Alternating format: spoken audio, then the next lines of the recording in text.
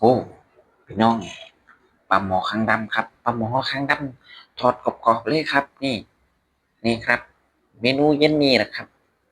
โมเมนเย็นนี้กันทุกแล้วเนาะแล้วเขาทอดเรียบร้อยแล้วนี่ครับโอ้สุดเด็ดเลยครับน้ำจิ้มปลาหมึกครับแต่ว่ารสชาติมันสามรสนี่ลาดเข้าไปครับอู้ยยั่วๆเลยพี่น้องเอ้ย นี่น้ำจิ้มสามรสครับบ่มีผักครับเนื้อปลาหมอคางดำเพียวๆเลยบ่ต้องกินผักครับงดผักกินเนื้ออย่างเดียวครับอื้อหืยั่วๆเลยพี่น้องโอ้ย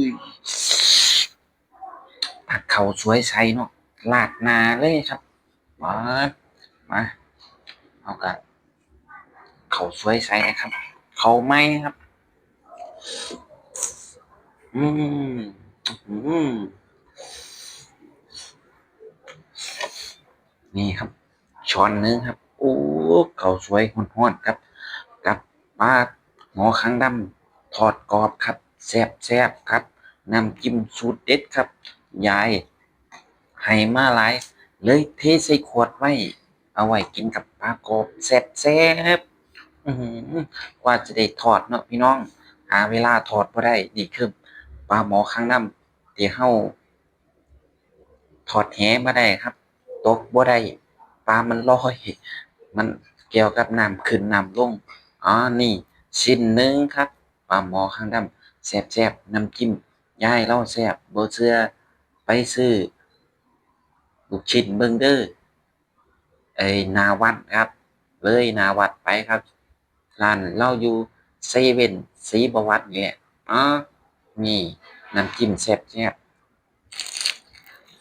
อื้อฮือกรอบอื้อฮือข้าวสวย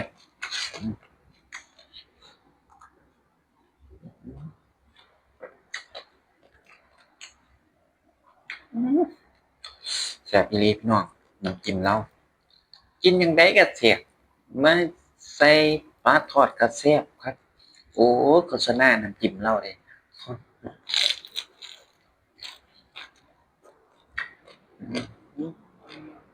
กรอบอืมอืม